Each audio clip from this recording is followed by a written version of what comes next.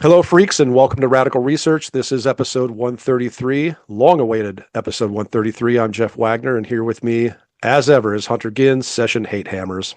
Good evening, everyone. A lot has gone on with both of us. You played the entire Ashes Against the Grain album with Agalloch live. hmm How'd that go? It went wonderfully. I'll Uh, bet. yeah, no, we played with the fantastic Dry Wedding, who's from Portland. Great Uh, name. yeah, and amazing band, great live. I urge all of our listeners to check them out. They describe themselves as post cowpunk. But if you're into Nick Cave, Swans, Christian Death, anything cool, you should check them out. I think they are more than worthy of a deal, and Mm. a fantastic live band. Really, really stoked to have played with them. Yeah, we played the whole Ashes record, but we also played the first ever Agalloch song, "The Wilderness." Which was Mm. a ton of fun, and we're going to do it again in Brazil and Mexico next week. So I think it's next week, something like that. It's so weird. I went from this person who was like not starstruck by anybody anymore to one of my best friends. I still can't believe you're saying that. You know what I mean? Like you deserve every bit of it. And love those guys forever. Well, now you Uh, know how it feels, Jeff. anyhow, I want to move on. It's been a while and we're going to be more prolific moving on. I know we've said that before, but life just kind of got in the way for both of us. Other storms came down. Want to thank our Patreon subscribers. You can always support us at Patreon. You can just go to patreon.com/radical research podcast. Want to add these fine folks to the list who have recently signed up there. You pick your own tier, a monthly tier to just throw some support our way. I want to thank Thomas Pito, Peteux, but just Thomas. Hopefully he doesn't mind if I say his last name. Sven Fisher as well. And would you believe it, Hunter? Shiver is a Patreon supporter now. So Ah, yeah, the the great Shiver. the one and only. And yeah, I got it, so that's funny because I received the seventh issue of Arcane Archivist yesterday, and it is a marvel. It's Yeah. full color, cover, glossy all the way through, and it's a real piece of work. Support Shiver, support James, support Arcane Archivist. Thanks, Shiver. Thanks, Sven. Thanks, Thomas. You can contact us at radicalresearchpodcast@gmail.com if you have questions, comments, complaints. That's also our PayPal ID if you want to donate straight up there. We've had people do that, and they continue to from time to time. We encourage you to get a hold of us and or donate there.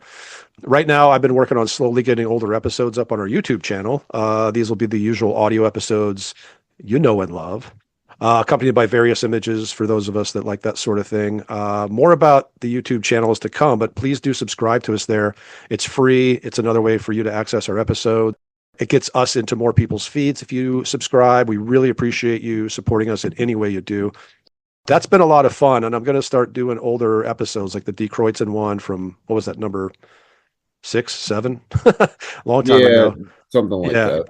Yeah, so I'm gonna start doing dipping into some really old ones. It takes a little while to do them, but yeah, I've been putting them a few up every week. Before we dive into Third and the Mortal, I hadn't told you about this, Hunter, but wanted to mention something regarding our previous episode on typo negatives, slow, deep, and hard. Got a lot of listens. A lot of people were psyched with this one. A listener by the name of Chad Pica or Picha, Picha. Sorry if I'm mispronouncing it, Chad. He brought up an excellent point after listening to this episode, and one that I'm frankly embarrassed by. And he writes, quote, I just listened to the whole episode and loved the perspectives, but I was super confused by the lack of even a passing mention of Origin of the Feces. I bought that release on cassette when it came out, based on my slim knowledge of Peter Steele from Carnivore being the frontman. It was a backdoor no pun intended, to the slow, deep, and hard release for me. And I'm not sure if it tainted, no pun intended, my ranking of the releases. But for the longest time, I preferred the Origin recordings. Would love to hear your thoughts on this. So, yeah, first, love the puns. Thanks, Chad. Second, we really should have mentioned Origin of the Feces because that was in kind of true Peter Steele fashion. He would never be happy with what he did, and he would want to redo something he had just put out. As we know, you and I, Hunter, have talked about our opinion on which version of Bloody Kisses we prefer, and you and I differ on that one. You like that second version with the girls kissing, and it has Suspended in Dusk. It took out some of the shorter tracks. I prefer the first version. So that was Peter doing that with that album. Well, he did it with the first album too, Slow, Deep, and Hard, by putting out this kind of faked live album called Origin of the Feces. We have to answer to Chad, Hunter, why did we not cover that? I didn't even, it's weird because as big of a fan, it didn't occur to me either, but it seems like it should have. No? It should have. Nathan, who's, I am sure, known to our listeners at this point. Say it, Nathan Sapp of Gorging Shade and Canvas Solaris. Yeah, one of my dearest friends. Yeah, guitar genius. All that. That was his gateway into Typo Negative, was Origin of the Feces. And he, to this day, I think, prefers it to Slow, Deep, and Hard. And on that basis alone, I think we probably should have covered it. It did not occur to me. And I apologize to Chad. I mean, my response would be the same. And I don't know why it didn't occur to me while making notes, while thinking about it.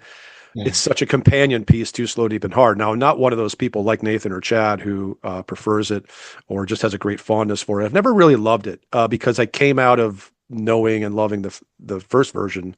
And I just don't think you can top that.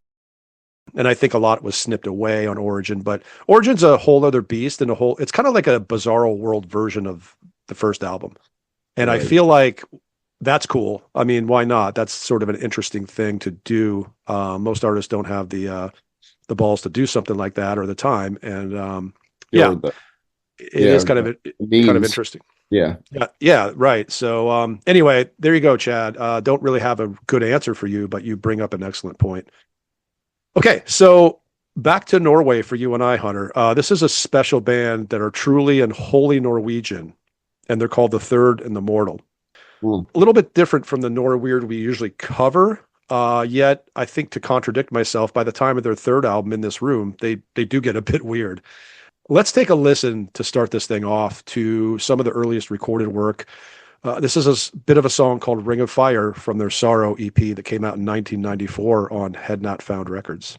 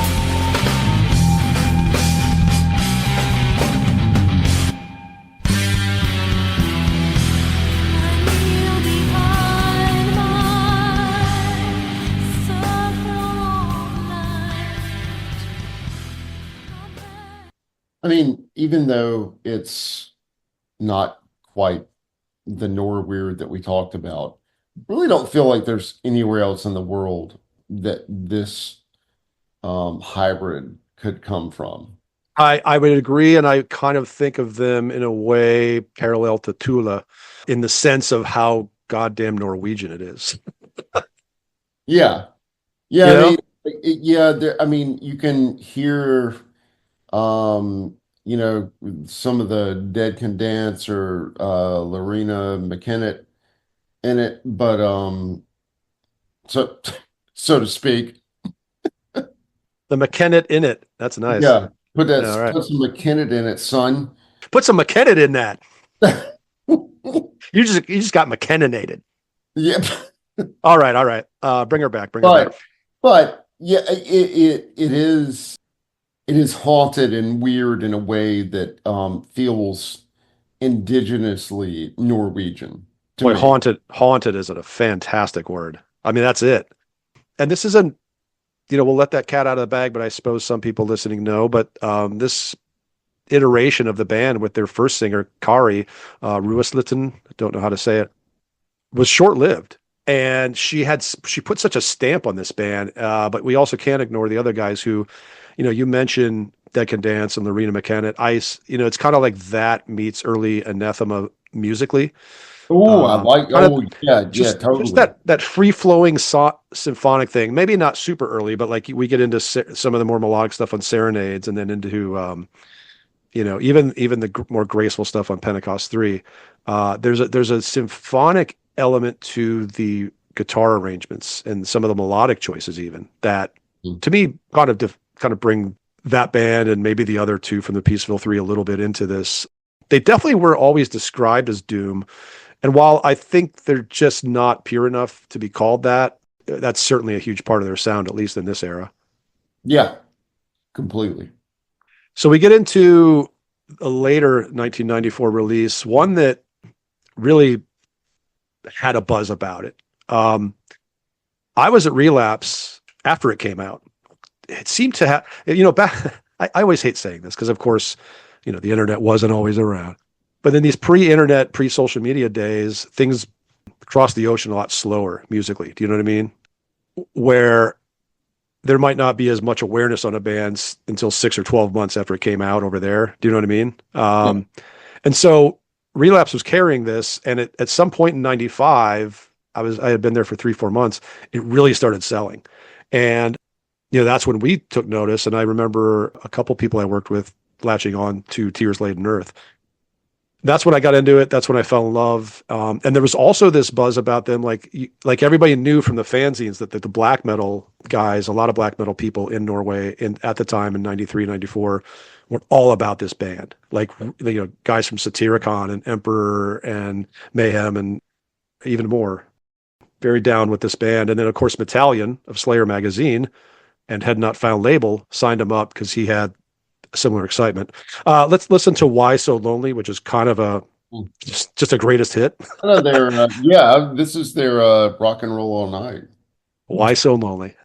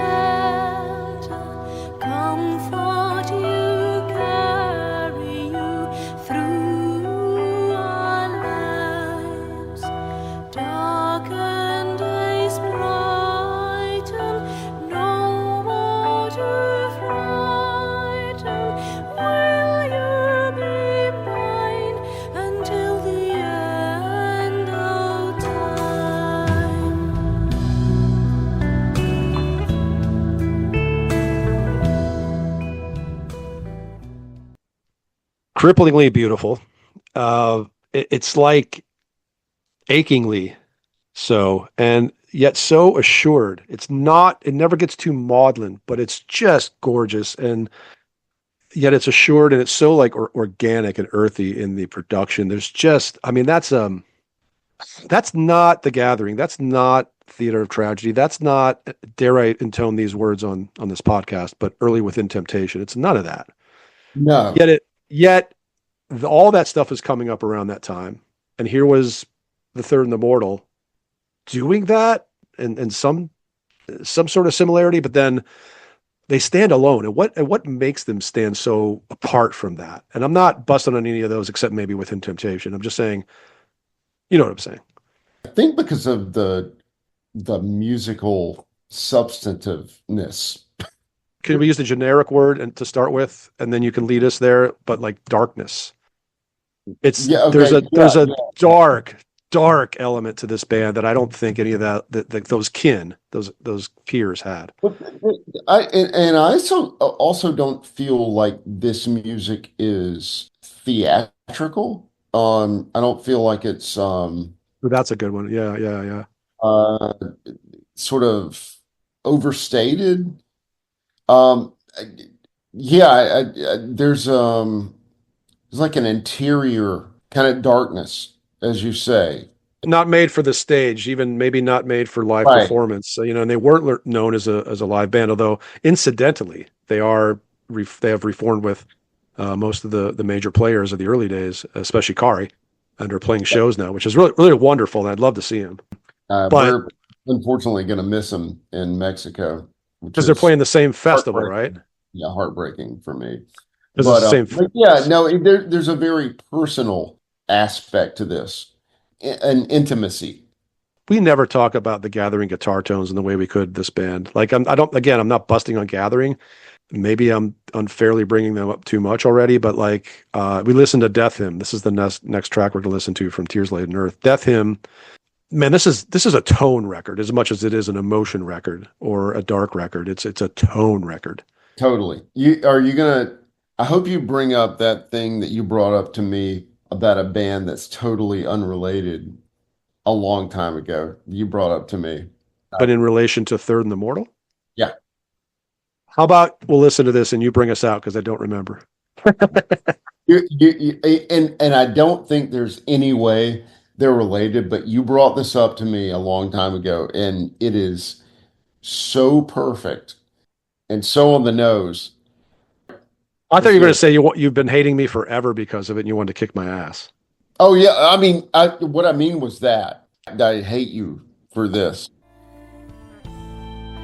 I write your name in my soul as I search your words.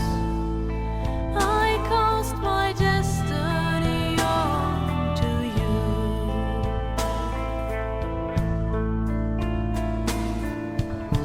Deadly whisper in my ear.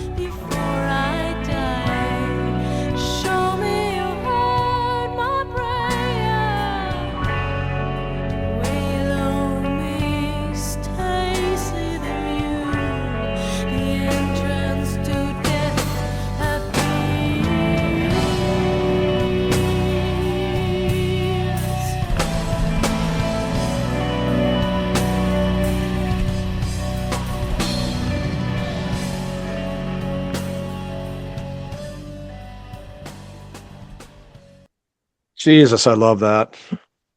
Here's the thing about them too. They're not a band concerned about getting right to it. They are a band that like takes their time to build it all and construct this picture, you know? Like it rewards patient listens, repetitive listens.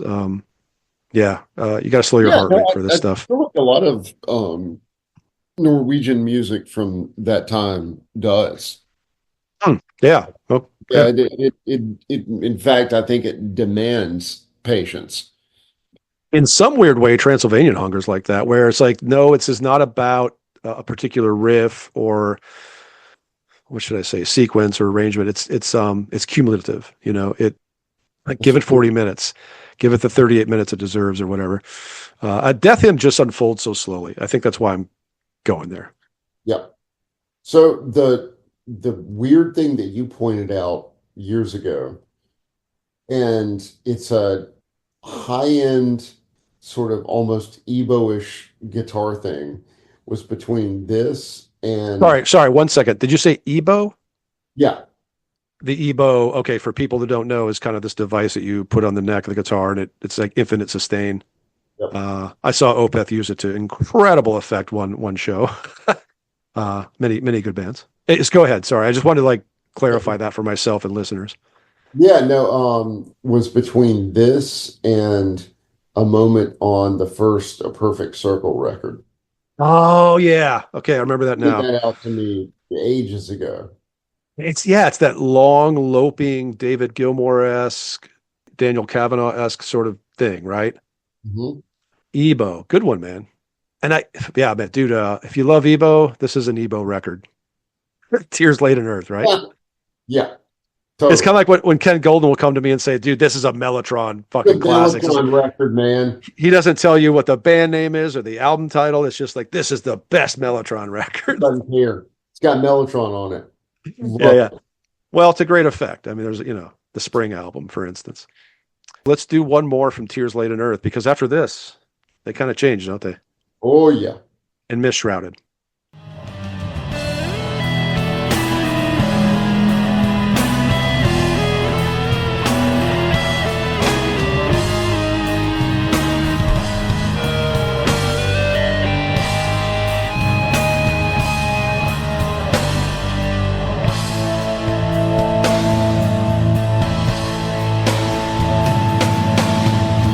This tall, majestic place, no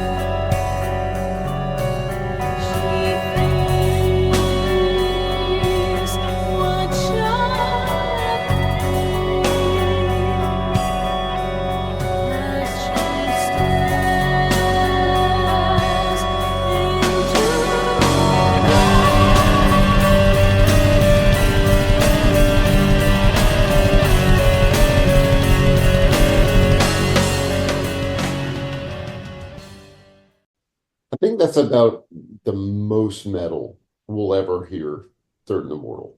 Yeah, that's a good point, right? They're barely metal. They definitely Downright qualify. on that one. Oh yeah, very heavy, very yeah, for sure. And the reason they got tagged as Doom, no doubt. Yeah, it's beautiful. It's a beautiful record, and yeah, thank you, Tears Laden Earth. It was telling it did really well. I remember being in contact with a guy named Katil from Voices of Wonder, who distributed Oh, Had Not Found and would later become a label and sign them directly. Actually, I think at this point when they switch vocalists, he sent me a shirt that had just had the three, their basic logo, just the three, that kind of spiky three, just had that on it. No other writing. It's like probably the most like pointless piece of marketing because nobody knew what the fuck that shirt was. I never got stopped in the street once in my life wearing that shirt, and somebody said, "Oh, I love the Third Immortal." love that band. Am I expecting too much? Huh. Yeah, yeah. Anyway, yeah. Anyway, so they make a vocalist change because Kari, again, the band got pretty popular. It wasn't like Beatles level. It was simply confidence that they were going to go on and keep going. And she, for whatever reason, I've never really knew the reasons, just left mostly to pursue solo career because she put out a few albums after this that were really good to just good. I know Pilot. I know the first one. Did you ever Yeah, get into that stuff? yeah, yeah. And they're good. Good. Well, I mean, she's got a beautiful voice. Yeah, Uh, I mean, she's an original for sure. Super No doubt about talented. it. But yeah, but Yeah. it doesn't match the synergy of her voice and that band's music. Here we go. We got a lady named Anne Marie Edvardson in the band. She was there for a good 7 years on the next two albums. They put out another EP before an album, and that was called Night Swan. And yeah, I think she authoritatively put her stamp on the sound right away. And it's really interesting to Oh yeah, hear. no, it's a obvious difference. And it's interesting to hear where they go musically. So this is where it gets kind of fun. I would have taken another Tears Laden Earth, not being a person who likes a band to repeat themselves, but one of those would have been better. But this was no disappointment. This is a bit from a song called Neurosis, I think one of the longest tracks they ever wrote. This is the opening track to the Night Swan EP.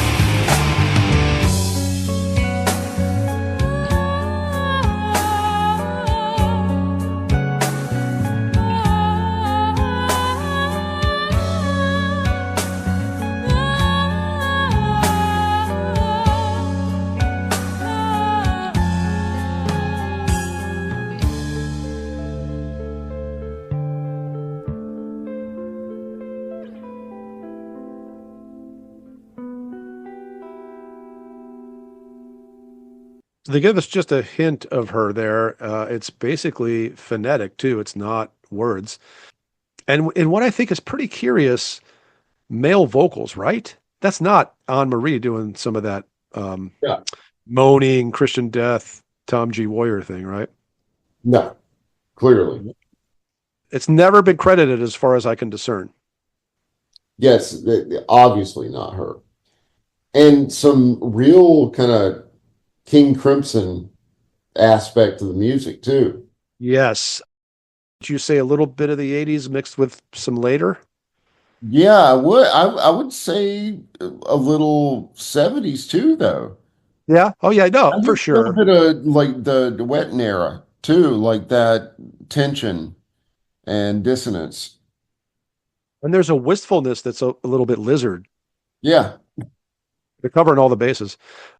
yeah. It is interesting. It's a good EP, and I remember being pretty excited when it came out. And there's more than just that to Anne Marie, as we're going to hear. We're going to move into not what I'm going to say has become my favorite Third and the Mortal. I think I'm always going to be Tears Laden Earth, but Painting on Glass, my last listen to it was really special. Mm. I hadn't heard it in a few years, and I know it well, and it just it struck me as even more eclectic than I remembered, and also just being totally keeping my attention. It's a pretty long album. Is it like 58 or 60 minutes or something? Yeah, I love it. Not my favorite. Mine's either Tears or In This Room. You're such an In This Room fan. I am too. We'll Dude, I get fucking love In This Room. uh, Yeah. we'll get there. I'll tell you what Chris Dick said about it when we get there. I hope Oh you're boy. listening. Oh Hope you're boy. listening. Hope you're listening, Chris. We love you. How did you get into Third and Immortal? What was your entry? I'm always curious. We have such different stories usually.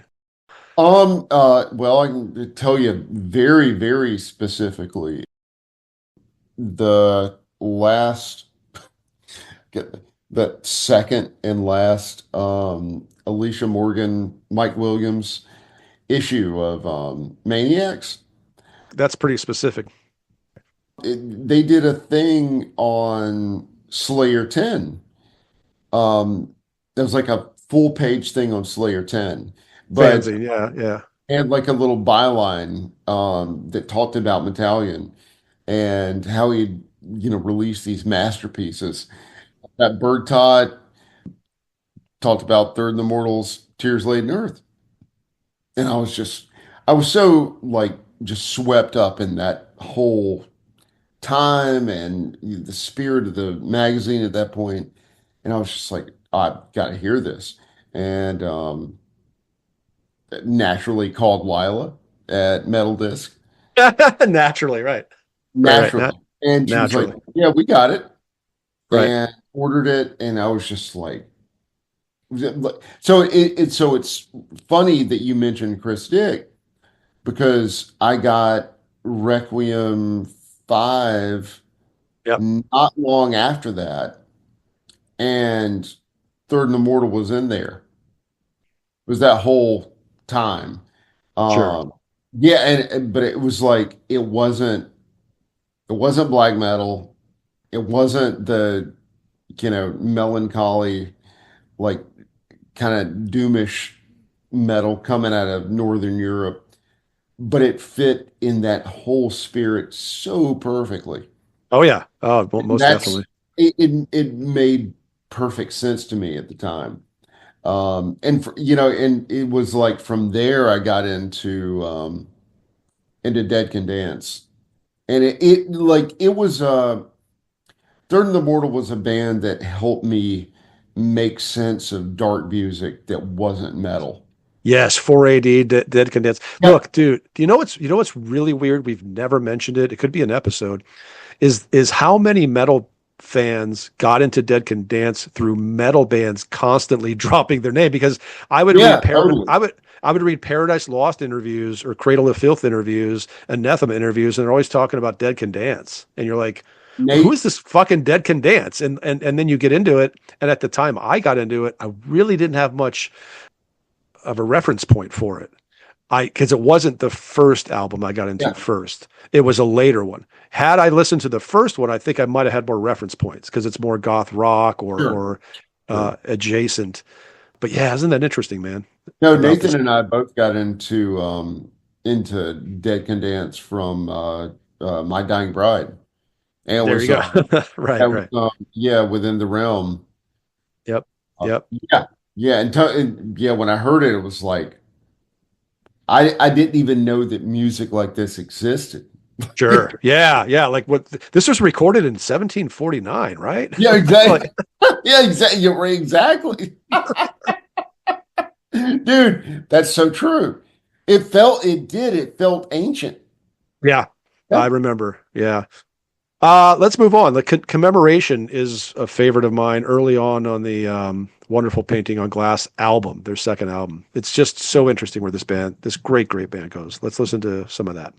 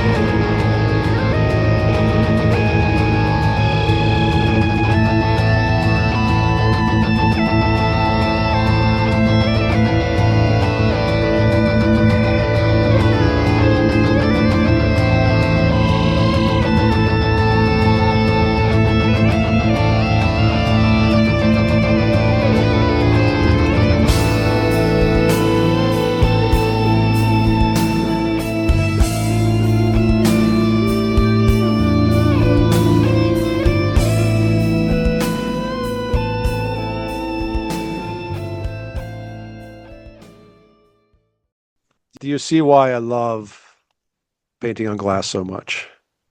I don't know that I need to ever hear another song. That's pretty much everything that I believe in the world You're damn right. in that one little bit of music. There's a moment that sounds like flugelhorn. It's actually, I believe, trombone. There's trombone in the first two songs, which I love how confidently you talk about the flugelhorn. I'm not even sure I know what a flugelhorn sounds like. dude, you have Gryphon. Is it Red Queen to Gryphon 3? Well, yeah, yeah, of course I do. I love that. I actually have two copies of it. I have a vinyl and yeah. Ooh, I like that. That's a great album, and I thought there was a ton of flugelhorn on that album. That's what I'm saying. I'm just just like how you just like keep throwing it out there, like, all right, flugelhorn. Flugelhorn, All right. flugelhorn. It's basically the phonetic sound of a fart. Flugelhorn, flugelhorn, flugelhorn. Okay, we're getting way off track here. So they do have a lot of guests on this album. There's a guy playing mellotron and arp synth. Man, I mean, look, dude, they're checking off all the boxes. Dirigidu on track 12. I mean, more keyboards and more keyboards, and three members are credited with keyboards too: Anne Marie, and then the two guitarists, Finn Olav and Gear. And yeah, it's there's a lot going into this, and of course, Rune has to be mentioned. The drummer, great drumming. Oh, He ended up right. later in Monas, who we've already covered in a band we love too. In the later Monas stuff, the post black metal. But what a lineup! And they kept kind of the same lineup pretty consistently. That was another cool feature about them. As the main musicians remained. We should mention they hail from Trondheim, right? Other Trondheim We should. veterans. Yeah, Um, Monas, Motorpsycho, Lumsk, Thorns is from there. Atrox, Keep of Callison, and TNT, dude. and TNT, man. Oh Veilmont. yeah, Veilmont. That's right. Yes. Am I missing any? And Jeff, I love you, but what is the song? I love you, but I love Trondheim more. What's the Ulver song title? Yeah. I can't remember. I don't want to misquote it. Sorry, Chris, if you're Anyway, listening. yeah, and I told Jan from Veamod that one time. I was like, hard as in Oslo, but I love you, Trondheim. I don't forget. Anyway. Yeah, yeah, yeah. Whatever. You know what, Norway, we love all of you. From from Oslo to Trondheim. You know what would have made painting on glass better? Just the only thing that could have made it better is like if Jan Oval from In the Woods had guested. I think because they were even here planting some seeds for male vocals because that wasn't they were never noted for that. And by the fourth album, they actually really get there. You know, there's a lot of it on there. We're gonna go to Persistent and Fleeting. This begins as a ridiculous clone of Dead Can Dance, speaking of whom. And then it just reaches this gorgeous plateau into the ending, which you won't hear. But another, to me, Persistent and Fleeting is a classic Third and the Mortal song.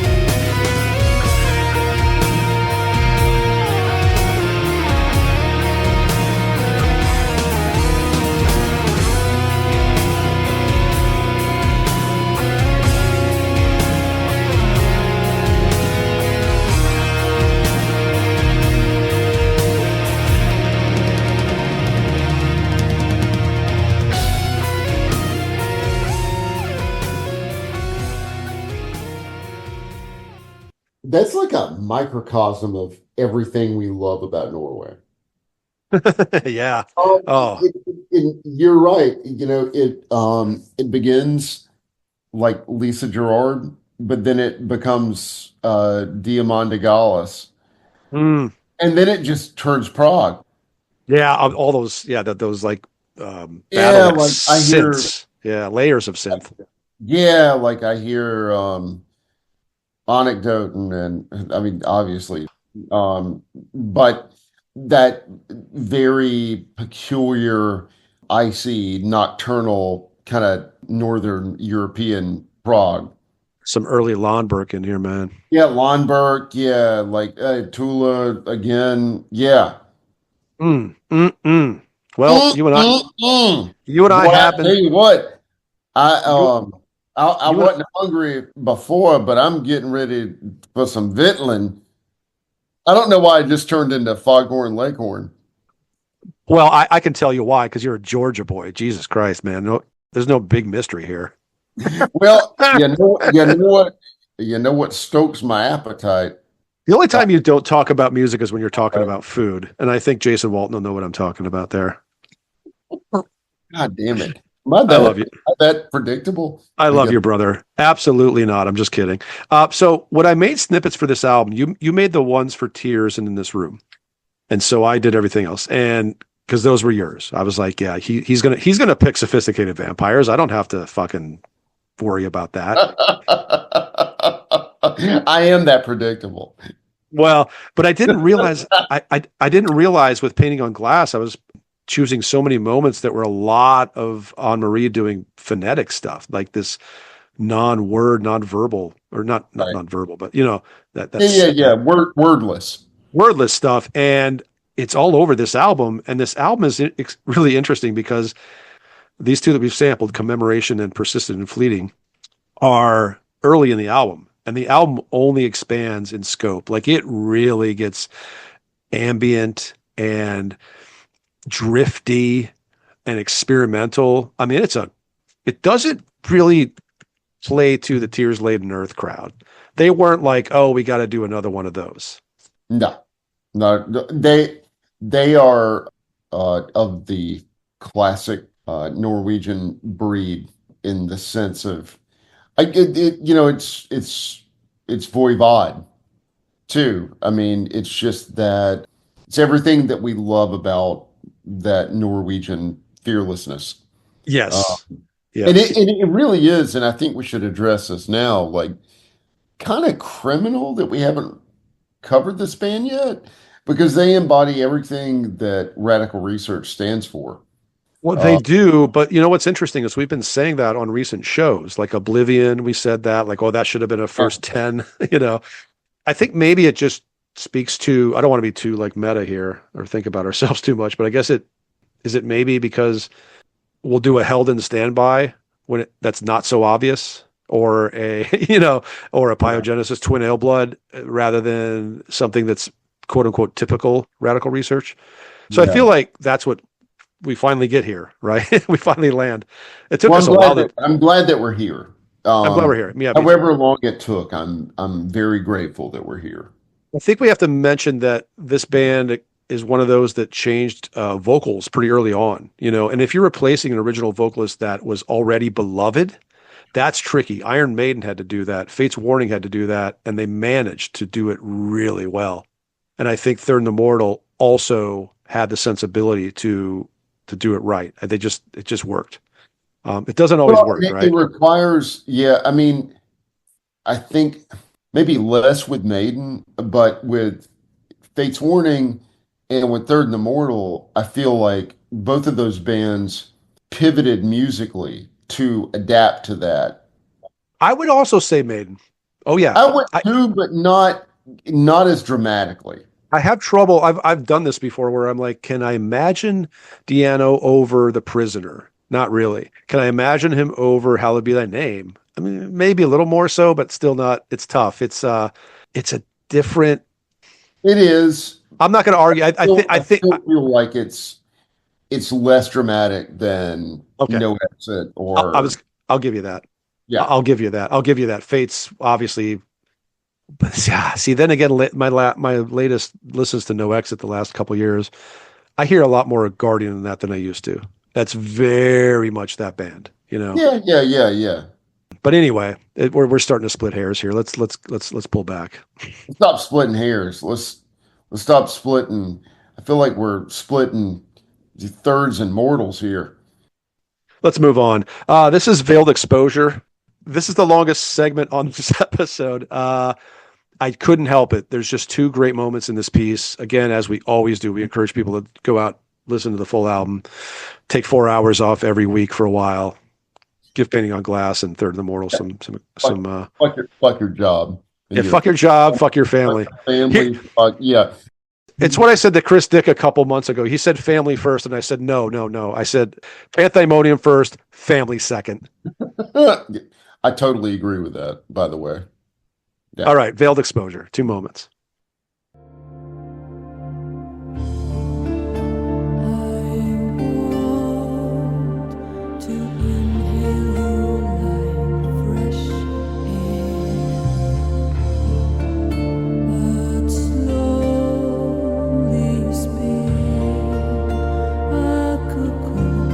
And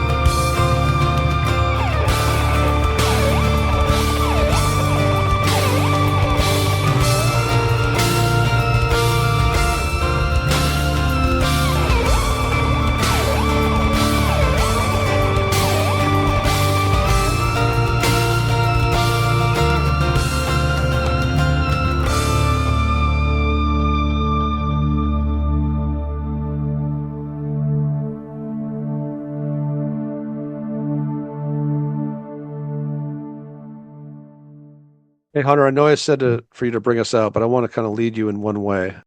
On this album, there are three guys credited with guitars: Trond Engem, Finn Olav Holte, and Geir Nilsson.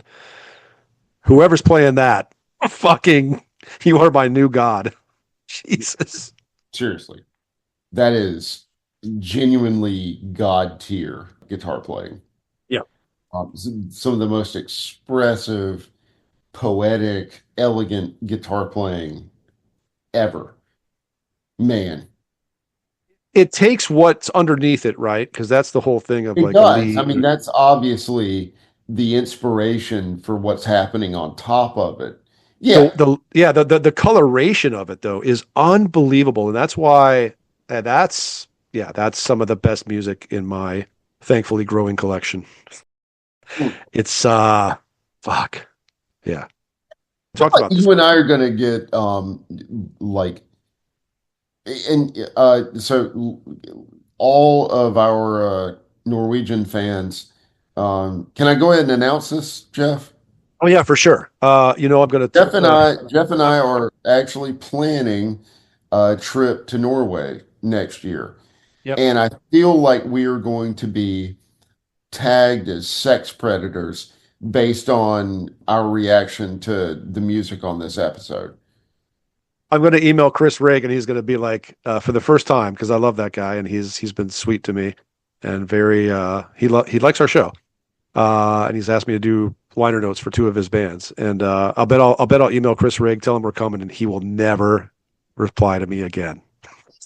It's like, oh no, I like the distance we had, but I do not. Yeah, Want no, these, no, it's cool, but no, no, I don't want these fanboys in my country.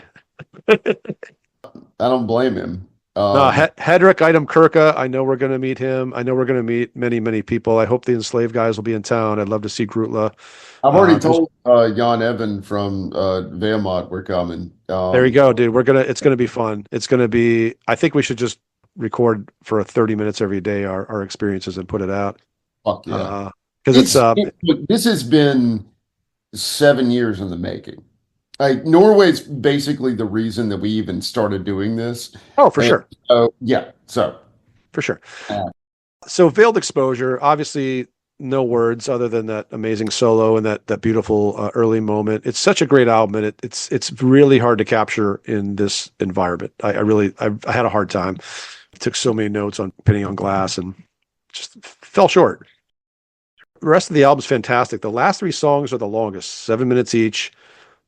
3x7 on a pilgrimage. Am I right? something like that. But no, I mean, Oh God, we They- are the lamest yeah, people. I was going to say only Norweird nerds are going to get that, if even. Yeah, if even. Yeah. But anyway, textured and hypnotic record, just amazing. So let's move on. I want to talk about the band name before we get to In This Room. They've been asked that a lot, and I think the general consensus, and in fact, this is one of two bands I interviewed that I didn't run the interview because I just couldn't get anything out of them. The other one was Johan Edlund, my first interview I did with him. The failed Tiamat. Yes, interview. yes, and then one of the guys, I really feel I wish I could remember who. It wasn't their fault. It might have been me. I'm always going to take responsibility to some degree because who knows? Maybe I was just shit as an interviewer. But he didn't give me much at all, and I just didn't run it in my zine. But I did ask them about the band name, which I never try to do. I think that's kind of a lame question, but like this one I was intrigued by, and I had my own theory. And while he didn't really seem to want to talk about it, he said that I was as close as anybody had gotten, although I think it's kind of obvious. It's the third rock from the sun, the third planet from the sun, and just kind of facing how mortal we are and how brief we are and how little time we've spent on this third planet from the sun. I feel like it's kind of all in that mix. And so had you ever thought about the band name or tried to suss out what No, it meant? I haven't. I just no, I've never thought about it. I just liked how inscrutable it was. Right. And just weird, and that made the band more magical to me. Why don't you introduce In This Room? kind of the lay of the land. Where are we at now with Third Woo. Immortal? Yeah, I mean we've moved into far more abstract territory. I think they have divorced themselves even more from metal. Um, and we'll get into memoirs, but memoirs is, quite a bit later. It's a big gap in between. But I feel like in this room, they've really started to take in and metabolize a lot of the things that are going on in European music in the late 90s. Okay, Uh, I like that. yeah, trip hop, just electronic music culture in general, but also like later talk ambient music. Uh, and I love this record very, very dearly. And I think they do a really amazing job at absorbing those things and turning it into a Third in the Mortal record. And I feel like it is a very Third in the Mortal record. It feels very much like them to me. I think the sequencing helps do that because I feel like if this was sequenced differently, it could have been a wreck and it would have alienated people. But I think they represent the first two albums pretty well. Yet at these moments, they get into what you're talking about, which is this absorption of maybe some more modern things or just going even further, right? And so, something like Stream comes earlier on the album and it should have because it needed to. Yeah, it's a Yeah, compelling record. It's a compelling record. I've always just been super fascinated with it, and I think you had as I did, you had a poster of In This Room on your wall at one point. I did. Uh, yeah, yeah, yeah. Stream opens this up.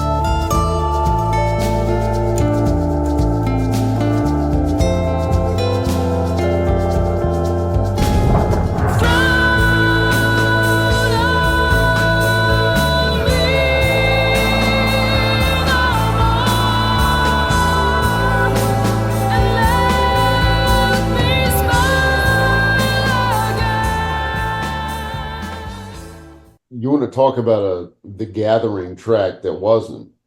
Oh wow, no kidding, right? Yeah. Nighttime birds all over the place. Total, total nighttime birds. Yeah.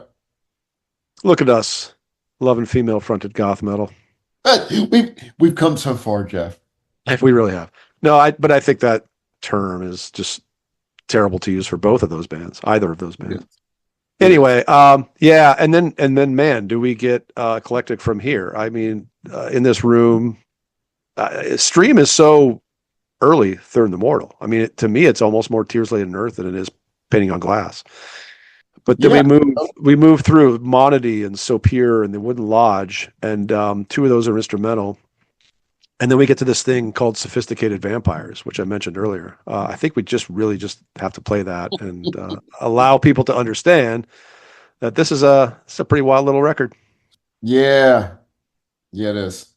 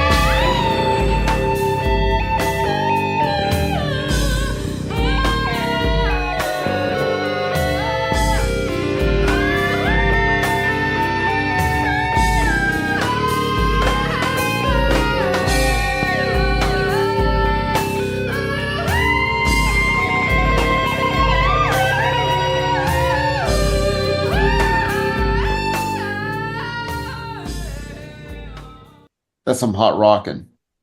That is some hot rocking. Yeah.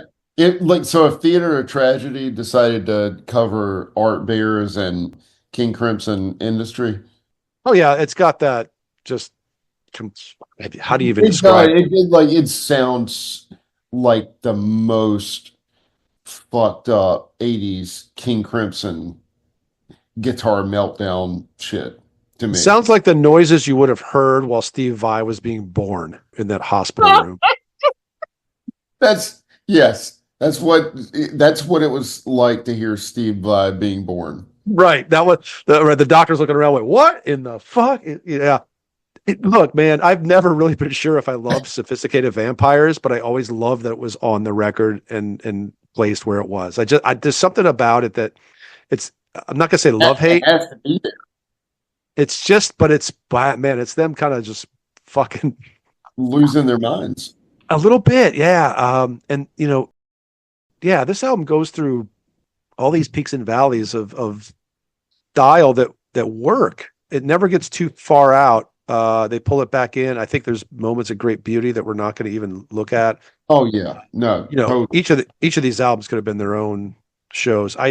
Tears Laid in Earth, not so much. I only say that in the way that we haven't done Confess or Condemned. Like the way it starts is sort of the way it ends. It's a very focused record. Those are very focused records, right? Tears Laid in Earth and Confessors Condemned, where yeah, you can say a lot about each song, but I just feel like they just don't have the span.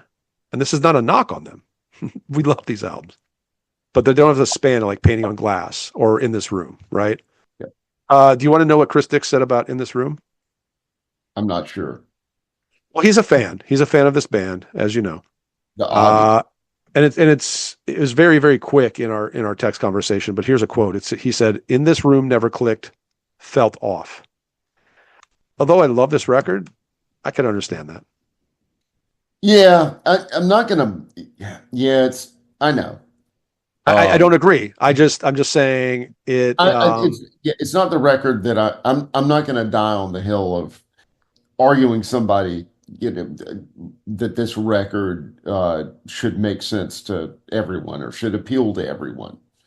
When I was thinking about doing this show, I wanted you to pick two from In This Room, and I was hoping you would get sophisticated, and I was hoping you would do Did You, especially those last 2 minutes where Anne Marie is doing some vocal stuff I don't think she ever did before or since. This is some great stuff. I'm so glad you picked it. This is a song called Did You.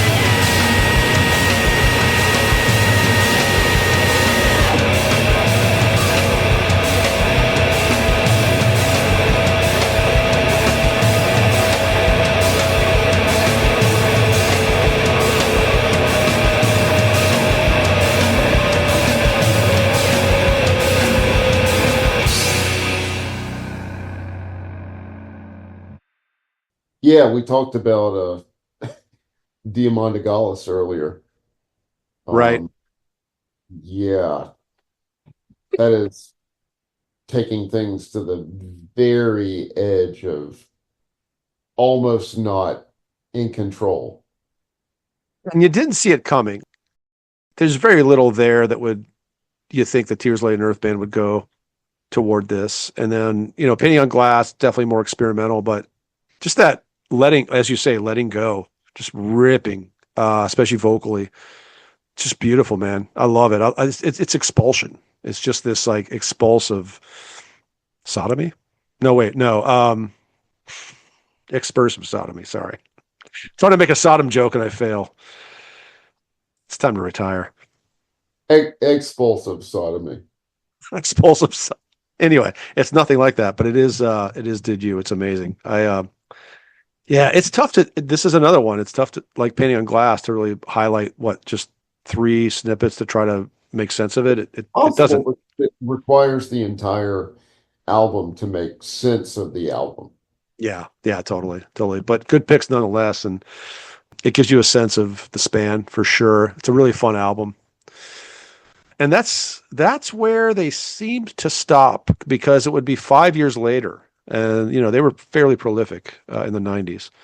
5 years later, another lineup shift, new singer. They released Memoirs, which featured more male vocals than before, certainly, thanks to a guest singer. I don't know about you, Hunter. We haven't really talked about this album much at all. It's a lost album for me, but I just, it alienated me when it came out. And in listening back for this episode, I want to spend more time with it because it's not bad. It just feels like this uncrossable disconnection from the run of stuff before it. We've always differed in our opinion on this album. Okay, so you've been a fan.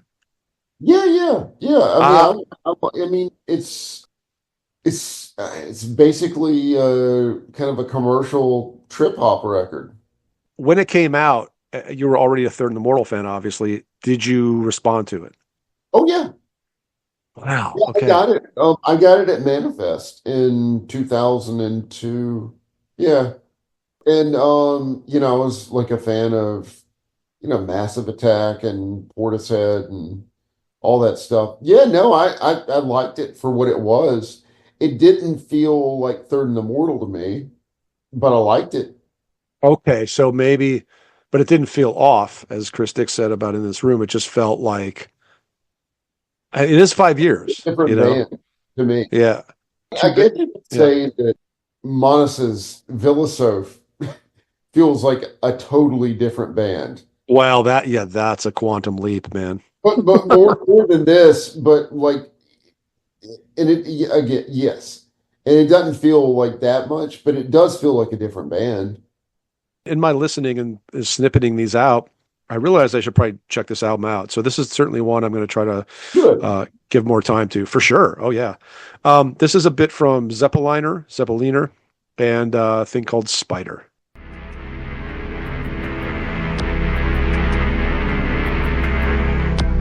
And the story goes like this. Seems to be no ending. Time for love. Can't remember all my time. She gave birth to me like this. Still I'm not so sure. I'm not so sure.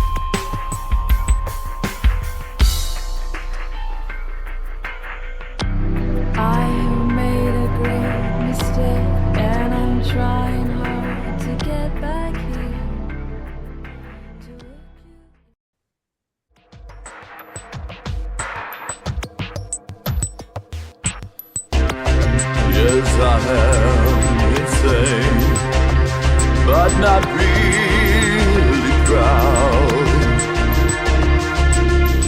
Yesterday I screamed pain, but not too loud. I want to treat myself nice.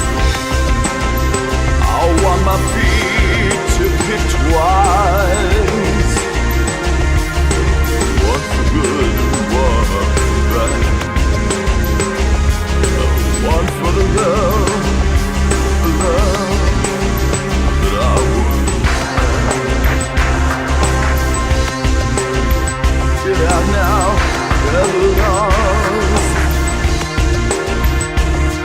Don't want you out anymore. No doubt I have lost you, but still you're home. I'm just passing by. You're the spider, and I am the fly.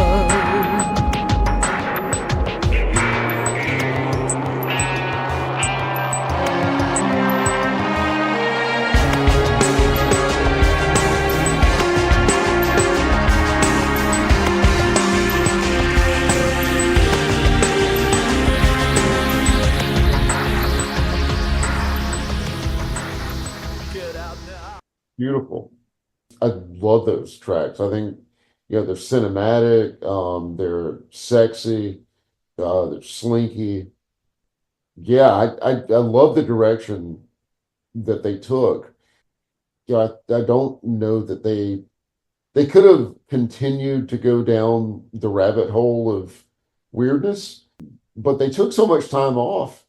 I think they were responding to a lot of the trends in music and globally, but particularly in Europe at the time. Well, And geez, I mean, yeah, look at the span of 1994 from the first album to 2002. A lot changed yeah, just in modern music at the time. I mean, well, I was just saying from 1997 to 2002, so much happened. even then, yeah, even then, right. I guess I was casting back further, but yes, absolutely. I do think it is one of those albums you could sort of justifiably rename the band and it would make a lot of sense. It's a little bit like COC's Blind. I always felt like, well, yeah, they came from that, but that really could have been another band name. Oh, this could definitely be another band. Yeah, exactly. So thanks for listening. I mean, hit us up on Patreon if you want to support us. Please check out the Radical Research YouTube channel. Subscribe. As Ozzy Osbourne would so often yell from the stage, we love you all. I think we should talk about the next 4 episodes, Hunter. Why not? I'm just going to like reel these off to you. And we've Sure. talked about all these, but what do you think of this? Grook, the 2 albums that we really wanted to kind of focus on for them, Microcosmos and Handful of Stars. You want to do that one next? Yeah, absolutely. 2009, 2010, we will do that. Here's one that would be fun. Our buddy Paul Stolp suggested this a while back. Paul Stolp mentioned a thing called course corrections, focusing on albums that were like near disasters for certain bands and then the strong returns. This will get us into big time metal stuff like Sabotage, Judas Priest, Bathory, Celtic Frost, Black Sabbath. But I want to introduce something from the world of prog, Italy's La Orma. I think I have a great example from Gentle Giant as well. So does that sound fun? It does sound fun. I know. mean, I hate Paul, and he has terrible taste, but otherwise, it sounds a lot of fun. I think you meant to say we love Paul. You just don't like the fact that he's trying to push Wyndham Hell on us, right? Is that where we're at? I love Paul dearly, Me too. except for the Wyndham Hell part.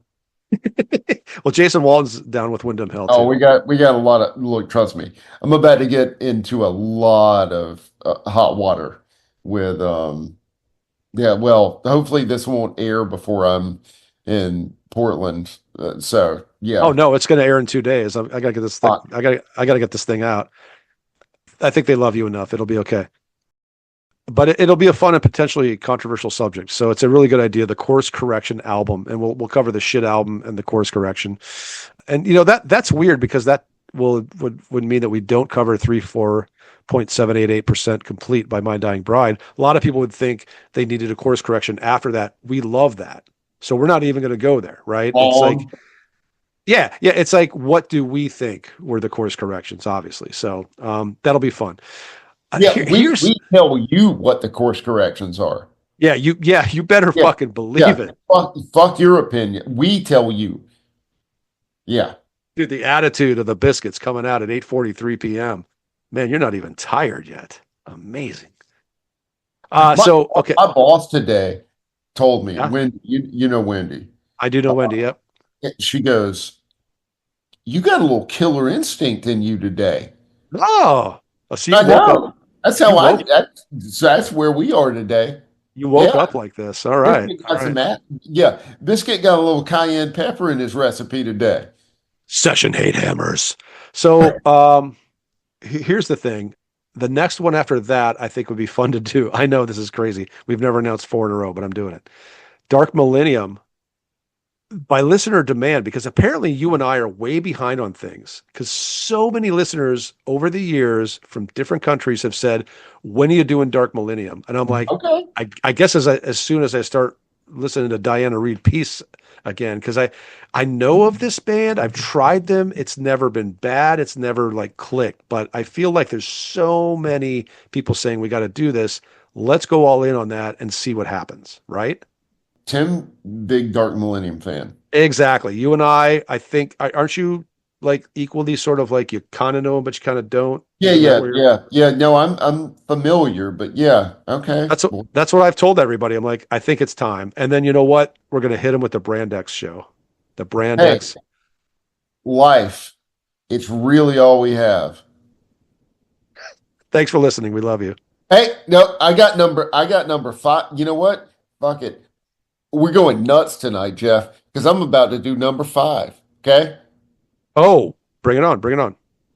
Monumentum. Oh, in absentia In Christi. absentia Yeah. Christi. Are we going to do a discography thing or just that album? Just that album.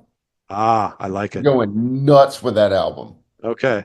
Well, hopefully not too many of you out there are like, oh, I hate those 5 ideas. I'm not going to listen to Radical Research We don't for care. 5 episodes. We don't care. We don't care. We just told you we don't.